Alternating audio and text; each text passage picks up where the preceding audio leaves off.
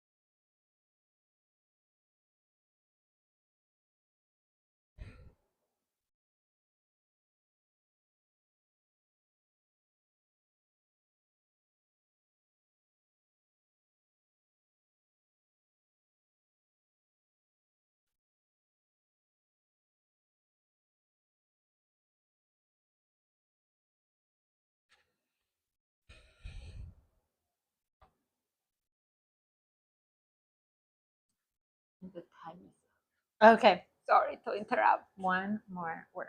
One more, yeah, go ahead. One more word. That's a good sign. I love it. And when I first started it, I kept telling people because this is the like not too much time and not too little time, right? This is for me, it's the exact time to get rolling. And if I feel like I did the 10-minute, but the words are coming out, unfortunately, I'm not going to let you finish. It's okay. But you keep going. Like was my goal to start overcoming this paralysis of creativity. Yeah. So your question, your topic, you have been contemplating on this. So how did it go? Actually learned a lot from writing for 10 minutes. Like I did not expect some of the stuff that came up to come up. Usually when I think about ego, I think like I'm afraid to do something. I'm afraid to take some action because I don't want people to think of me a certain way, or maybe perfectionism, like I will overthink and procrastinate because I want the finished product to be perfect, and I want to be perceived a certain way. Like that's how I think of ego. But then when I was writing, some other stuff came up, like something with fear. Like even when I am putting out art, like I have like a little side business where I do watercolor art, and like I for a while was like trying to build that business, and it's not really the right medium for me. Like I like doing it every now and then, but it's not something that I just really love, and I feel like I was like copying other people's styles and like trying to I don't know, like reproduce other things I was seeing, because I was like afraid to do the work to find out like what my style was. So that sort of maybe is fear coming up. And so that made me think like maybe it's distracting when I'm seeing other people's work and trying to copy that instead of find my own sort of style. I wrote about overthinking. I also wrote about ego making me put out work too quickly. Sometimes I get very impatient and I'm like, I want to already have 10 episodes of this done. I want to look like I know what I'm doing. But sometimes if the work is not ready to be released, then it's just not ready and you have to be patient. So, and I think it really requires like listening to yourself, not rushing. And anytime you feel like anxiety about your work, like pausing and trying to see where that's coming from. That's what came up. That's great. I relate this. Okay, there's so many questions I have. The first of all, I want to add to what you said, like the rushing of the end product, right? And what came up for me is something I knew, but I'm trying not to face it. That my ego is basically telling me that my first sentence or first action, first painting has to be perfect, so supreme that, I mean, even before I start, it has to be something grandiose.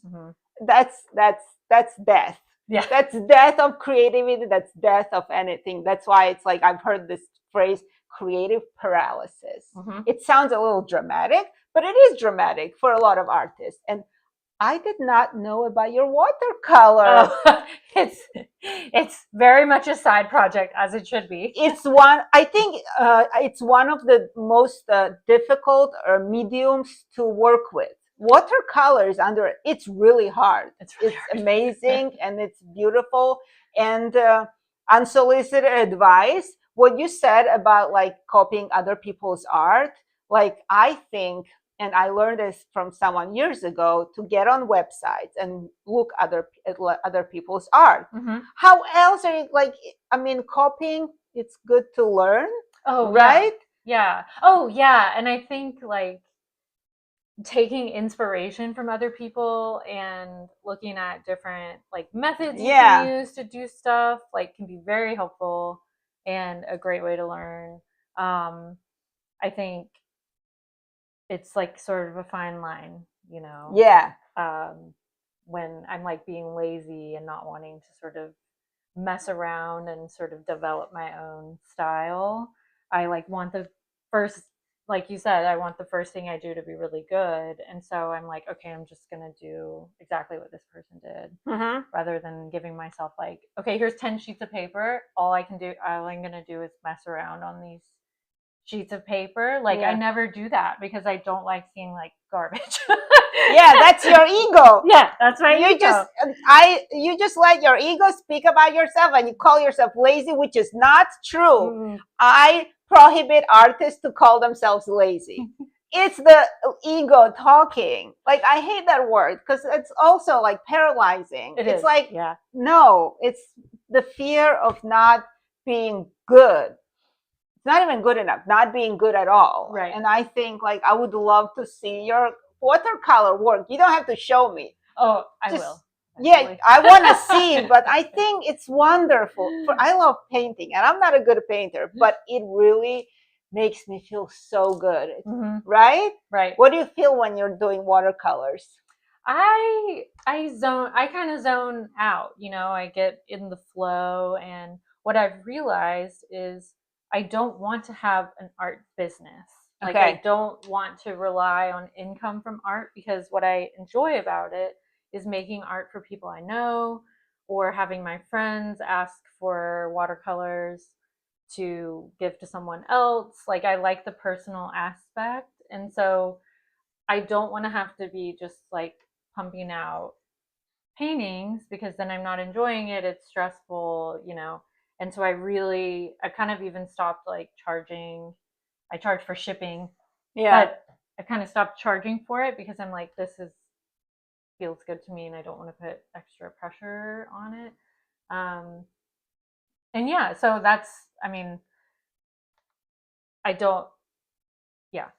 it. Like I don't want to put any more pressure on. Yeah, no, I hear you. This is also how I started this. Like I started this because, you know, like I told you, if I don't start it, I will never start. And I was trying to, like, I love poetry. Like I write poems, and everything else is basically very chaotic. Nobody knows what I'm doing. And I realized that with this writing and basically paying attention and showing up and talking to other like-minded people, it's such a pleasure to talk with you. We never talked about art in this way. And I'm like, this is pleasant. I'm in the flow of connecting with like-minded people. And also, you did not choose art by profession, right? Because we have to pay bills, unfortunately. And but better late than never. Right. And the like-minded people talk, the all kinds of, you know, different exercises, different topics and at the end of the day, the gist is the same, what we're discussing here. I realized that I love producing. I don't think I've ever got, like, probably not good for me that I'm admitting this now, but I don't think I'm a writer, like in the sense of being a writer, because like my vocabulary is not very rich. And that's why I started doing some reading in the Library of Congress. And I have 5 books that I want to read, but I cannot read any of them because my ego is telling me that I should have finished it by, like, as soon as I open the book, it should be finished. I don't know how insane this sounds, but this is very bad. This is why we're here. There's gotta be, we can kick its ass. Yeah, we can. I, in the past couple of years, have really leaned into not finishing books that I don't want to finish. Oh, okay. You know? Yeah. And like, there are some writers that I wanted to read their work. I had never heard of them, or I had heard of them, but I never read their work. And, you know, I'd get halfway through a book and be like, you know, I feel like I've experienced this writer's work. I enjoy their voice, or I feel like I've, you know, gotten something out of this, and I don't care how the story ends, and I'm not going to read the rest of the book. Yeah. And I move on to another book, you know. And then just like with this book, I highly recommend Women Who Run with the Wolves. It is about a lot of things, but part of it is about like a woman, or if you identify as a woman, whoever, creative life and sort of protecting your creative practice. And this book I did a couple of days ago was thinking, like, I'm like, what's going on that it's taking me so long to finish? Like, why can't I finish this book? And it's because there's a lot of information in the book. And so, like we were talking about earlier, I just have to take it like a chapter at a time, and like then sort of savor the chapter and go back to the portions I highlighted. And I feel like that's how I can experience a book very in like a rich way and like remember what I read. Whereas sometimes a novel, you just want to like binge and have it done with. So I think it depends on what you're reading. Yeah, you know, I don't hear this. I don't remember hearing this from anyone else. Like, yeah, it's okay not to like the book. It's okay. No matter how great the author is. Some authors, like, they write too many descriptions that I'm like, I can't do this. Like, first, I can't. I don't want to know everything about that apartment. Yeah. And sometimes it's also good. We all have different styles, and it's wonderful. It's also one of the ways to say, okay, it's not necessary to like everything and be everywhere and being involved. Anyway, now that I can ask you, I want to ask you this about your other site. Oh, yeah. Site. It's not a business. It's better than business. It's something very, very inspiring.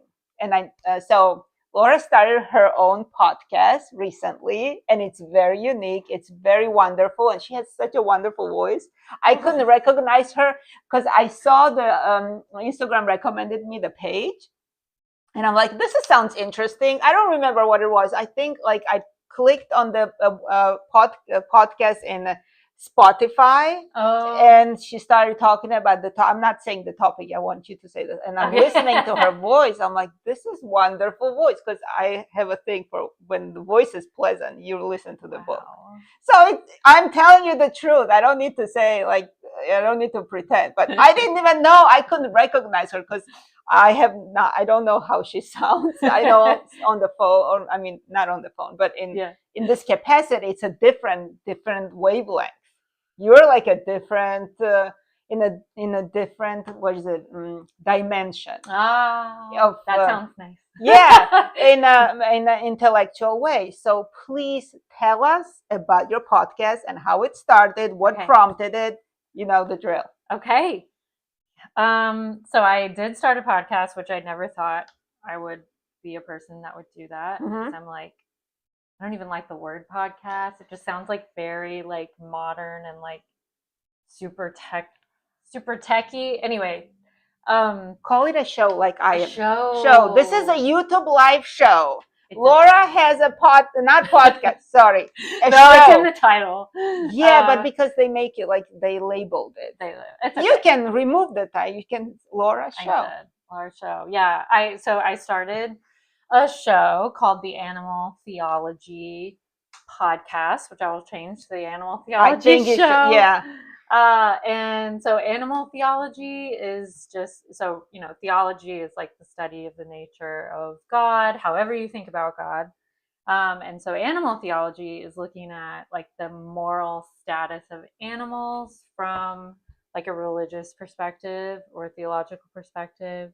I was inspired. I've been like an animal rights advocate for a long time. Never really felt like I was being effective in any way. It's just sort of like the way I think about things. I am like generally lead a vegan lifestyle. I'm not perfect, but anyway, this thing has been important to me for a long time. And I was going to go back to school this year to study that. And then for several reasons that didn't work out. And I'm like, okay, what am I going to do? Like, I'm still going to do this, but I just have to do it on my own. And there is one book called Animal Theology. There's like one guy that writes about this stuff. His name is Andrew Lindsay, and he's an English priest. And so I was like, let me go through this book and, and I'll share like my journey going through the book. And then I thought, okay, I'll document it in a podcast. And so we're a couple episodes in. I say we, it's just me. And my 4 animals who make a lot of noise when I'm trying to record. Like literally everything will be silent. And then I press record and the rabbit gets something stuck on him. He's like, What else do you have? I have 2 cats, a dog, and a rabbit. And they all get along. It's chaotic. It's really fun. But yeah, and like before the animal theology topic sort of came to me in the past year, I was planning on starting some sort of internet presence, like a channel or whatever about just animal rights. But a lot of people have already done that, and they've done it really well. And I felt like there was nothing else I could say that, I wanted to contribute in a different way. And I'm also really interested in theology. And so the topic sort of just came up, and I was like, oh, I'm like really excited to dig into this. And actually one thing about ego that we were talking about is being afraid to put something out there, but also putting something out there before it's ready. And I am very much like, once I have an idea, I want to execute the idea very quickly, and I want a lot of attention and awards and all that. And so with the animal rights podcast, I wrote a bunch of episodes, and then it just didn't feel right to like keep going. Mm-hmm. And so I just kind of let it go and kept sort of searching. And then this opportunity to go to school and study theology came up. And then I was like, oh, that's what I want my topic to be, like perfect combination of the 2 things I care about. And then once I started going through this book and writing the episodes, it felt right. Like I felt ready. And also like writing the episodes for the podcast that never made it live was fine. It was not wasted time because it like helped me find my voice. And so like I now have this style of writing for like with the intention of recording it, and I feel comfortable doing it, and I don't feel like I have to edit a lot. And so it's just been like a really nice process. But at no point did I know what was going to happen next. Like I totally thought I was going to be at school studying. I would not have had time to do this, and this just feels like right to me now. And so yeah, so it's the Animal Theology Podcast. We're on Spotify. I also have an Instagram. It's animal_theology. It's all very new. Victoria has been super supportive and also very inspiring. When you started your show, I was like, this is awesome. She had an idea and she's like going forward with it, and she's committing to it. And that is super inspiring to me. And it like gave me permission to do mine, That's like, so wonderful. really I'm glad. I'm happy. This was like a thing for me. I'm talking to my 17-year-old self who never dared. And look, I mean, that's awesome. That's a great thing you told. Like, I feel like I did something good for someone. I think that's one of the biggest gifts in life. I didn't think it like that when I was younger. Now I'm filled with gratitude. Yeah. And you're doing great. And regarding the school, I hear you. I would love to go back to school and study psychology, or even theology is an amazing, or philosophy or something like that. But I feel like you got it now because you are in the field and doing this, right? And you're studying too. I'm studying, I just don't, I think I don't trust myself enough because I wanted to study at school where someone could, like a professor could give me feedback and be like, you're either understanding it or you're not understanding it. And the book that I'm going through is like not the easiest book in the world to understand. And so I'm like, am I getting it? Am I saying something wrong? At the end of the day, it doesn't matter. Like, is my interpretation, other people can read it, it's like, it doesn't have to be perfect. It does not have to be perfect. And in the first episode, I made a mistake. I said something incorrect. And in the second episode, I corrected it. Like, it's not a big deal. It's inspiring for people out there. I love school. Yeah, I wish I started better in school. I would love to go back, but at the end of the day, the professors are also humans. They are. And their interpretation is not always right, especially if they're outdated already. Yeah. And that's a good point. That's a good point. Also, too. Interpretation of God. That's such a topic. Who knows better than you? Like, only you know your interpretation of God. Only everyone has their own. Andrew Lindsay, is he alive? He is alive. When are you gonna meet him? When are you gonna write him? You have to write him. I will. When I make it all the way through the book, and I might, and he has several books, and so there's another one I want to go through. And his daughter actually has like followed in his footsteps, and they're in England. They're at Oxford, whatever. They have like a center out there, and I don't know. I might go visit. Yeah, I think you can. Like, I contacted someone in England. It's a DJ. I was like, you want to come to my show? I haven't heard from them, but it's okay. It's okay. I keep contacting people. This is what opened up for me. It's okay to email someone because you never know who's going to reply. And people have replied to me. I went to New York to interview this guy. He's awesome, right? I just messaged them, cold messaging or cold calling. Anyway, it's none of my business, but I want to encourage you to email this guy before you finish the book. Okay. He can be your mentor. He can be his dog. I mean, you can learn from them real life before you finish the book. Yeah. You're like, this is what I'm doing. I'm learning in real life. I didn't go to school. Schools are also overpriced. And I think there are not that many. I didn't hear about this subject until I found you on Instagram. I didn't know this existed. And this guy barely exists. And this guy, this priest, I think it will be such a cool experience. You can you don't have to go all the way there yet because there's Zoom and everything. And his daughter, I don't know. I would just write them. You got to do it. I got to do it. You got to do it tonight. Just write an email and email them. Email them at 3 different email addresses. I'm encouraging her. Actually, my mom, Mom, thank you. My mom encourages that. She's like, you got to email them. Yeah, got to write a letter. Handwriting letter is also cool. Oh, yeah. Oh, takes a while to get there. I know, but it's so romantic and so old school. And when you write with your hand, again, handwriting is a tool that helps us actually connect our, not just mind and heart on the paper. I feel like it's more authentic way, which is disappearing. Yeah.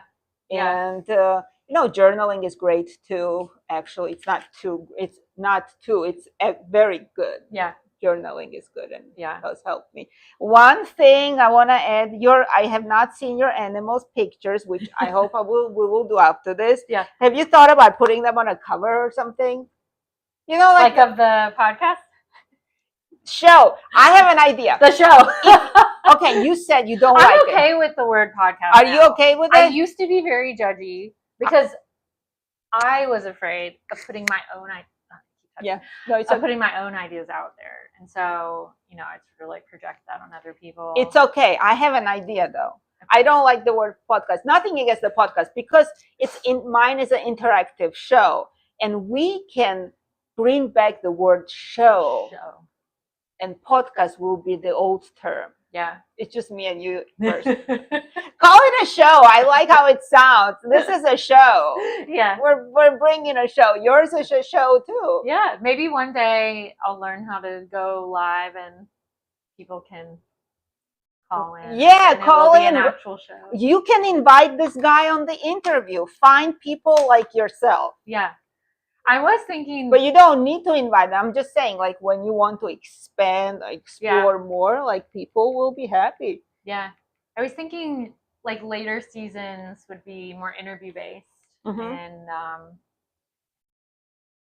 there are ideas, but I have to be patient. If you ever need a camera person, I can help you. You can help me produce. You can be my producer. I love that. I love filming. This is so wonderful, Laura. You're wonderful. You're wonderful. We will put down Laura's links under this video, and I'll do some shorts on Instagram so people know who you are, what you're doing. And thank you. Thank you for being here. Thanks for having me. This was so much fun.